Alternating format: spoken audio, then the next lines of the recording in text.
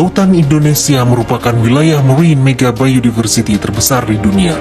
Memiliki 8.500 spesies ikan, 555 spesies rumput laut, dan 950 spesies biota terumbu karang. Meski demikian, keanekaragaman hayati ini tidak dapat tetap bertahan jika kita tidak bijak dalam pengelolaannya. Sekitar 25% perikanan dunia saat ini ditangkap secara berlebihan. Kementerian Kelautan dan Perikanan melalui Rencana Aksi Nasional menetapkan sejumlah spesies laut terancam punah ke dalam prioritas konservasi nasional.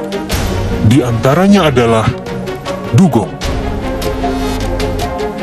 Dugong adalah sejenis mamalia laut yang merupakan salah satu anggota Sirenia atau sapi laut yang masih bertahan hidup dan mampu mencapai usia 22-25 tahun.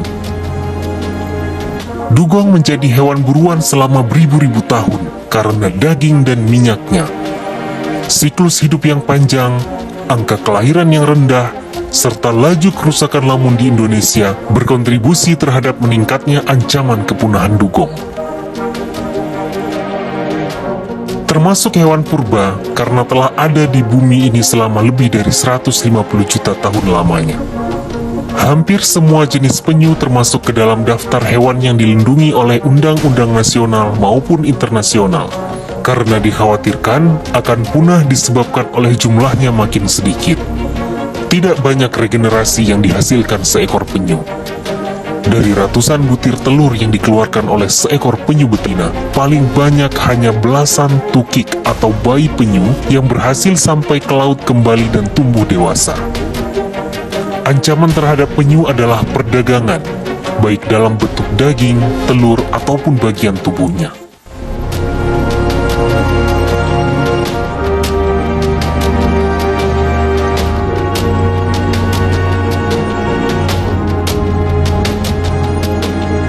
Paus tergolong mamalia laut dengan tubuh yang besar. Ancaman utamanya adalah perburuan untuk diambil daging dan minyaknya yang mahal, tabrakan dengan kapal, serta kerusakan laut akibat sampah dan global warming. Pada tanggal 19 November 2018, kematian seekor paus sperma sepanjang 9,6 meter dengan 5,9 kg plastik di perutnya. Parimanta. Populasi parimanta dianggap dekat dengan bahaya karena tingginya kejahatan perikanan dan kondisi laut yang semakin terpolusi. Rasio kelahiran mereka rendah. Jumlah anakan yang dihasilkan hanya 1 hingga 2 ekor untuk setiap kali reproduksi, dengan periode reproduksi 2-5 tahun. Pari gergaji. Populasi ikan ini makin berkurang akibat kian kecilnya habitat hidup mereka, seiring makin bertambahnya populasi manusia. Di samping itu, mereka kerap diburu oleh para kolektor ikan secara tidak bertanggung jawab. Bahkan penduduk setempat masih sering menangkapnya karena dianggap sebagai predator ikan-ikan lain.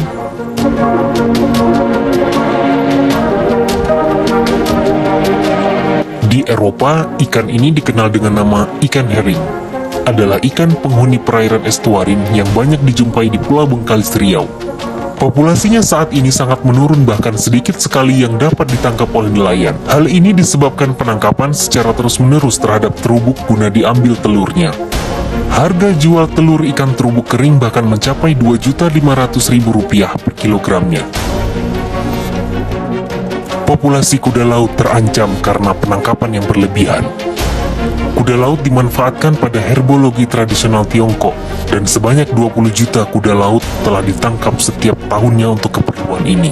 Padahal, impor-ekspor kuda laut telah diatur dalam CITES sejak 15 Mei 2004 yang lalu. Teripang biasa dikenal juga dengan timun laut. Untuk pasar internasional, teripang diperdagangkan sebagai bahan pangan, karena nilai gizi dan rasa yang lezat. Kadar protein daging teripang adalah 82%, dan kandungan lemak tidak jenuh yang baik untuk kesehatan jantung. Banggai cardinal fish. Masyarakat setempat menyebutnya capungan atau bibisan. Daerah penyebarannya sangat terbatas di wilayah Sulawesi Tengah bagian timur, tepatnya di Kepulauan Banggai. Karena itu, spesies ini termasuk endemik dan tidak ditemukan di tempat lain di dunia. Lola. Lola merupakan siput laut yang berukuran besar dengan cangkang berulir. Cangkang Lola yang terdiri dari lapisan mutiara merupakan bagian Lola yang bernilai ekonomis. Inilah yang menyebabkan Lola sering diburu dan dijadikan sebagai mata pencarian penduduk setempat. Bambu laut merupakan salah satu jenis karang lunak yang banyak tumbuh di Indonesia, khususnya di bagian Sulawesi, Maluku, dan Papua. Bambu laut banyak dimanfaatkan sebagai bahan farmasi karena banyak mengandung kolagen dan senyawa protein. Karang hias. Pada tahun 2018, 36,18% terumbu karang alam Indonesia dalam status rusak. Karang masuk ke dalam daftar Appendix 2, yang artinya, walaupun dalam perdagangan internasionalnya adalah legal, namun perdagangannya harus dikontrol secara ketat untuk mencegah terjadinya eksploitasi yang dapat mengakibatkan punahnya jenis-jenis karang tersebut. Ikan sidat. Perairan Indonesia menjadi salah satu tempat di dunia yang menjadi lokasi berkembang biak ikan sidat.